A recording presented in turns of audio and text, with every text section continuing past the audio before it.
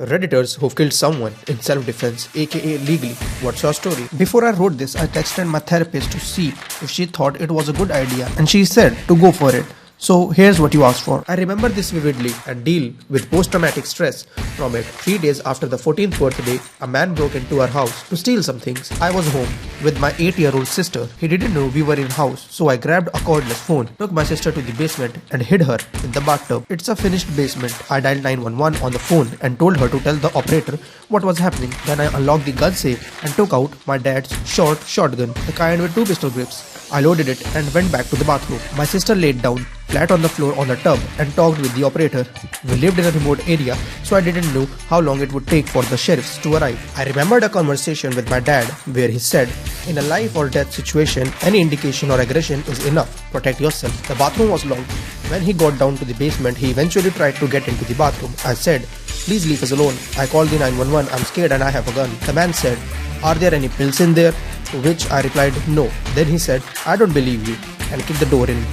So I pulled the trigger, which laid me back because I was a scrawny 100-pound kid, had loaded a 12-gram pistol grip, short barrel shotgun with a 00 buckshot shell. It also blew my eardrums, so imagine the next moments without being able to hear anything.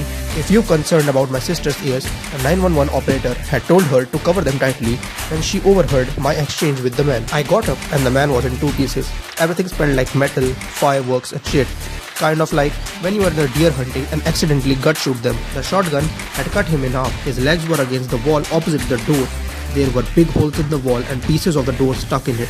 I found out later that some of the wood in the wall was pieces of his man's spine. There was blood everywhere. His upper half was next to them, kind of on its side. I don't know if he was aware of it, but he was still moving, not twitching. More like flopping his arms around. His heart was still beating.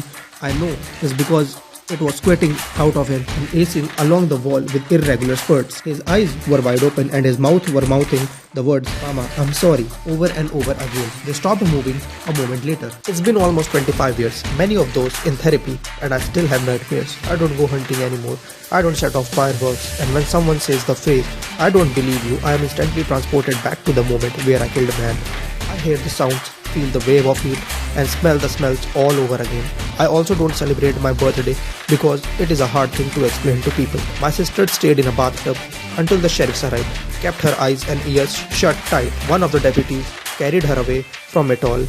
She just knows the smell. The man's family tried to press charge, so we had to go to court, where I got to hear the 911 call over and over again and talk about what happened, why I made the decisions I made, and make a look like a villain who just wanted to kill someone. This is because it was the 90s, shortly after Columbine and Doom was installed on the family computer. Ultimately, it was ruled self-defense and in defense of another. If you are curious about my sister, she also went to years of therapy, refused to sleep by herself, and eventually married a sheriff's deputy. They have 2 kids and she is very happy.